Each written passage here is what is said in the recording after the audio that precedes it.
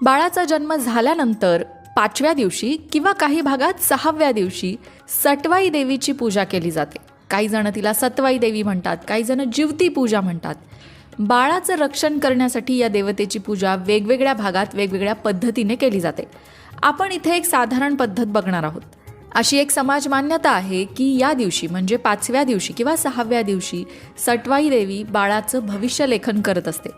त्यामुळे घरात स्वच्छता करून सात्विकता ठेवून पूजा अर्चना केली जाते. मंडळी, याच पूजेला काही भागामध्ये षष्ठी पूजन असं सुद्धा म्हणतात. आता 5वी पूजन असेल, षष्ठी पूजन असेल, नावं वेगवेगळी आहेत, पद्धती वेगवेगळ्या आहेत, पण एकंदरीतच जन्माला आलेल्या बाळाला कुठलीही बाधा होऊ नये, त्याला आरोग्य लाभावं, हा या पूजेचा हेतू असतो. आणि ही पूजा झाल्यानंतर बाळाच्या गळ्यात किंवा मनगटात काळ्या दोऱ्यामध्ये सटवाई देवीची प्रतिमा किंवा जरा जिवंतिका देवीची प्रतिमा ओवून ती बांधली जाते. ही प्रतिमा अनेक जण सोन्यात बनवून घेतात, काही जण चांदीत सुद्धा बनवून घेतात. ज्याच्या घरात जशी परंपरा असेल त्याप्रमाणे या प्रथेचं पालन केलं जातं.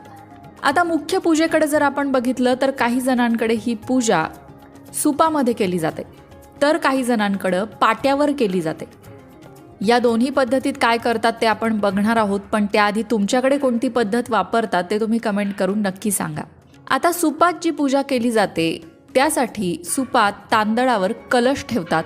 कलशावर हळदी कुंकाची बोटं काढली जातात. कलशामध्ये पाणी, सुपारी, 1.25 रुपया हे सगळं ठेवून त्यावर नारळ ठेवला जातो. केळीची पानंसुद्धा कलशामध्ये मांडली जातात. समोर 5 विड्याची पानं मांडली जातात आणि त्यावर सुपारी, बदाम, खारीक, अक्रोड, हळकुंड असं प्रत्येकी एक ठेवलं जातं. तसंच घुगऱ्या, उकडीच्या पिठाचे मुटके, पिठाचा दिवा, दक्षिणा हे सगळं ठेवतात.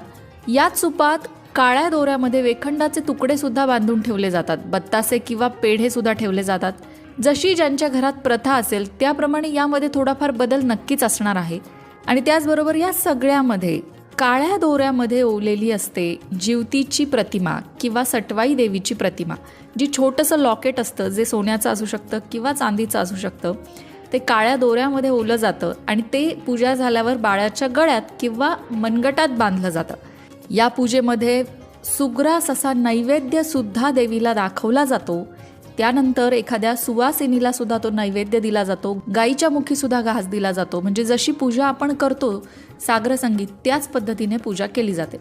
आता पाट्यावर जे 5वीचं पूजन करतात त्याच्यामध्ये पाटावरवंटा ठेवून 7 विड्याची पानं ठेवली जातात आणि पानांच्या टोकांना शेंदूर लावतात. काजळाची 2 बोटं प्रत्येक पानाला डोळे म्हणून लावतात.